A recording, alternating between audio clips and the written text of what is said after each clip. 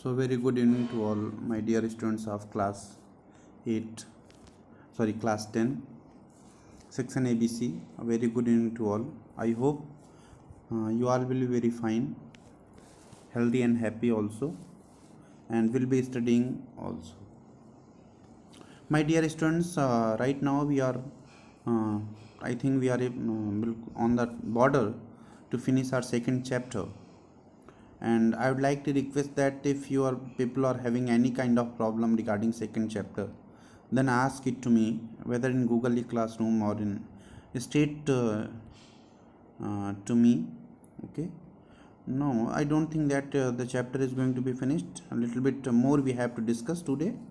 Okay, it will take little bit more time, but don't worry, still the work is in process. Okay, so language policy, we have to discuss this heading today, I think. Language policy. Okay, a second test for the Indian Federation is language policy, or we are trying to study about the federalism in India. Okay, and the second test to our Indian Federation is a language policy. Our constitution did not receive the status of national language or any one language. I mean, in Indian constitution there is no one single national language. Okay, Hindi is not a national language. Hindi is a working language, or what should I say, a functioning language. Our constitution did not give the status of national language to any language. Hindi was identified as the official language, but Hindi is the mother tongue of only about 40% of the Indians. Therefore, there was many safeguards to protect other languages. Beside Hindi, there are 21 other languages recognized as scheduled language by the constitution. Okay, so now the technical point comes here. If you will go through the Constitution of India, in 8th schedule of Indian Constitution, you will find that there are total 21 plus 1. One is Hindi, and apart from Hindi, there are total 21 other languages. Means total 22 languages are there in 8th schedule that are considered as Indian language. Okay, 21 other languages recognized as scheduled languages by the constitution. Okay, these are the scheduled languages. A candidate is an examination conducted. A candidate is an examination conducted for the central government position may opt to take the examination in any of these languages. And one more important thing, any candidate who is opting for any central government services, okay, it may be anything, it may be railway employee, railway recruitment, or banking recruitment, or post office recruitment, or Indian administrative services recruitment, anything, any kind of or staff selection recruitment also. If a candidate is applying for any central services, then he may ask the particular board to to provide the question paper in any one language out among these 22 languages. The question paper cannot be printed only in Hindi or in English. If you will demand, you'll have to fill an option while you fill the form. Then you'll have to fill an option that what kind of language do you want. Okay, so you'll have to select a language that if you want Odia, then the question paper will come in Odia language. If you want to present yourself in Bengali, then the question paper will come in Bengali language. Okay, so a candidate is an examination conducted for the central government position may opt to take the examination in any of these languages. State to have their own official languages. Okay, much of the government work takes place in the official language of the concerned state. Unlike Sri Lanka, the leaders of our country adopted a very cautious, cautious attitude in spreading the use of Hindi.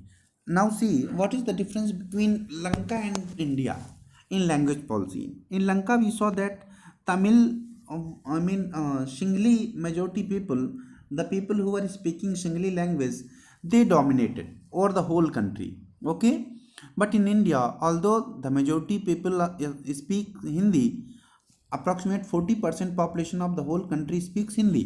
But even then, the government or the policy maker made such a kind of law that each section can be given importance. Okay, according to the constitution, the use of English for official purpose was to stop in 1965. Underline this line. According to the constitution, the use of English was to be only was up to 1965. Okay, after 1965, the use of English was to be removed. In doing any government or official work, the use of English was to be avoided after 1965. But before 1965, I mean, English was promoted. Why? Because it was thought that within these, 20 years approximate, 20 or 18 years, all the Indians were able to be fluent in Hindi. So it was a timeline was fixed that in the year 1965 we will leave speaking English. However, many non-Hindi speaking states demanded that the use of English should be continued. Do you know this is a very, genuine reason. This is a very genuine platform, language issue. Okay, and this is a matter of politics that the non-Hindi speaking states continuing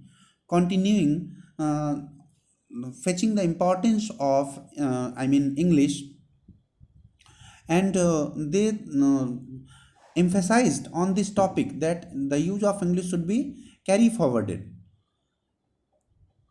In Tamil Nadu, this movement took a violent form. The central government responded by agreeing to continue the use of English along with Hindi for official purposes.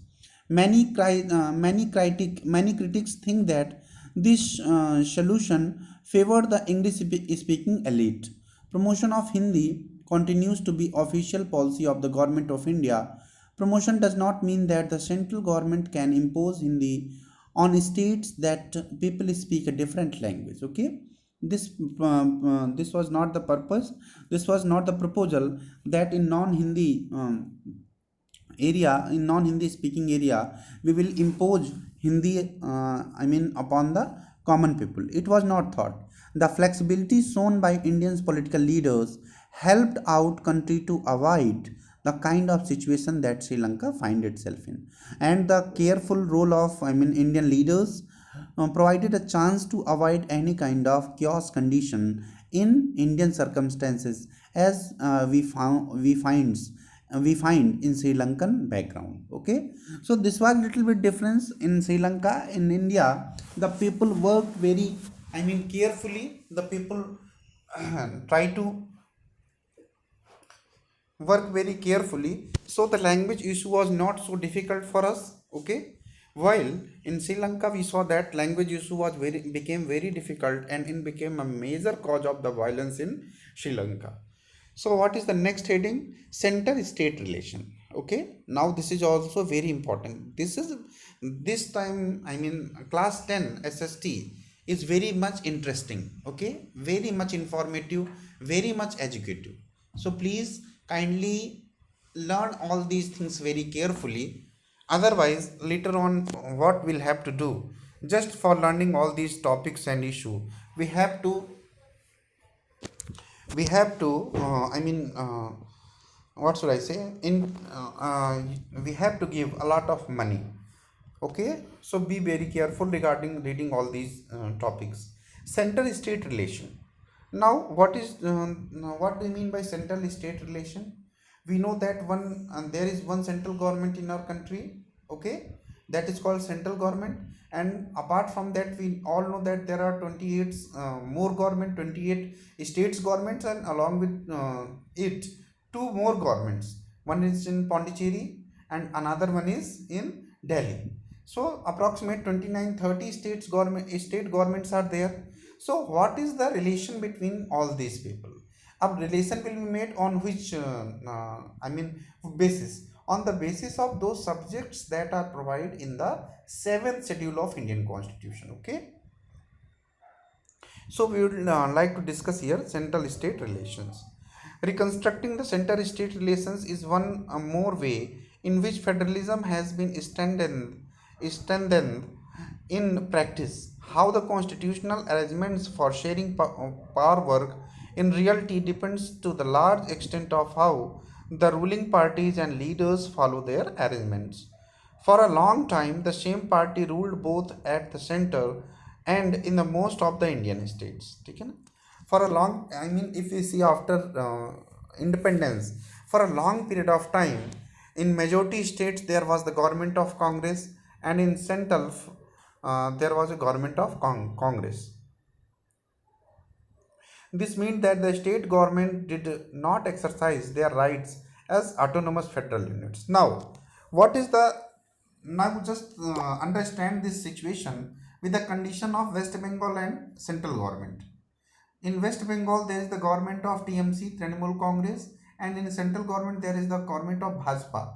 So these people use their full power.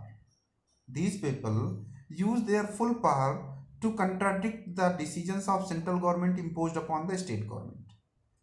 West Bengal government tried to impose their full power against violating the decision of central government. While the central government, what does it do? It opposes the local state policy of West Bengal. So if there are two opposite governments available, opposite party government available in center as well as one state, so I mean the oppose will be occurred, the I mean contrast will occur over there, and the progress will not come. And what is another issue? Suppose the same party government is there. Suppose that, like, take the example of Uttar Pradesh. In central government there is the policy of there is the Bharatiya Janata Party. There is Bharatiya Janata Party. While in state government there is I mean, what should I say? There is this one. Sorry to say. I mean, again Bharatiya Janata Party is there to lead. So what is the main difference? That state government always in the influence of central government. Although it is another thing that I mean, central government provides some extra budget, some I mean more good schemes for the particular state where Bharatiya Janata Party government is there, but still the state government will always be under the influence of central government. Okay, for a long time the same party ruled both the center and the state. This meant that the state government did not exercise the right at autonomous federal unit. As and when be the ruling party at the state level was different, the party that ruled that the central, it tried to undermine the power of the state.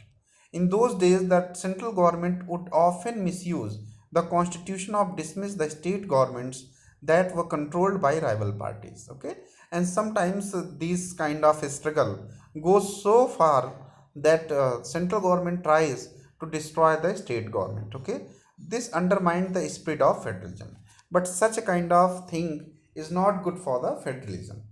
All this changed significantly after 1990s, but there came a rapid change, there came a significant change after 1990. This period saw the rise of regional parties. Now see, from 1990 to up to 2004, from 1990 up to 2004, several state governments were there. I mean, several state regional parties were there that were playing an important role in central government. Will you believe that prime ministers used to be changed within 6 months? H.D. Devagowda, okay, B.P. Singh, Chandrasekhar, Indra Kumar Gujral.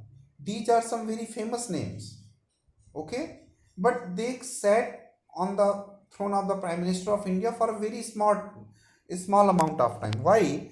But and all these people were probably the leader of I mean local regional parties. Although some of them were also from Congress. Okay, this period saw the rise of regional parties in many states of the country. This was also the beginning of the era of the coalition government. Underline, a new word came, coalition government. Coalition means, I have already told you in class 9 that coalition government means, I mean mixed government. I mean the government that is formed with the help of various kind of parties, okay, that is called coalition government. Suppose a particular party is unable to win a win, what should I say, complete majority in the election, then it try to take the help of some another party, okay. And such a kind of government is called coalition government. At the center, since no single party got the clear majority in the Lok Sabha, the major national parties had to enter into an alliance with many parties, including several regional parties, to form a government at the center. This led to a new culture of power sharing and respect for the autonomy of state governments. Okay. Now this coalition government principle or philosophy led towards a new change, that now center had to respect state governments also. Okay. This trend was supported by a major judgment of the Supreme Court that made of difficult from central government. Okay, that made difficult for the central government to dismiss the state government, and this kind of change was also supported by major judgment of Supreme Court. Okay, in that judgment, Supreme Court declared that central government has no order to dismiss state government is an sorry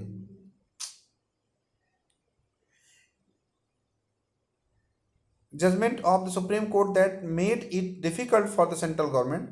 Such a kind of judgment made difficult for central government to dismiss state government. Okay, is an arbitrary manner. Thus, federal power sharing more effective today than it was early years after the constitution came into force. So now we can say that the federation power is working in a more effective way. Okay, is working in a more effective way in comparison to earlier time period. Okay, so I think that is sufficient for today. Now what is your homework? You have to read this page,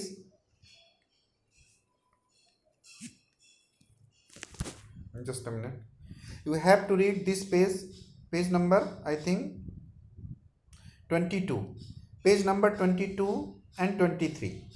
These are only something that you have to understand. So page number 22 and 23, read by yourself. Tomorrow I will start decentralization in India. Okay, tomorrow I would like to start decentralization in India. Okay, so page number 22 and 23 you yourself has to read. Okay, so thank you for joining me. Take care about yourself. Okay, we'll meet in the next video.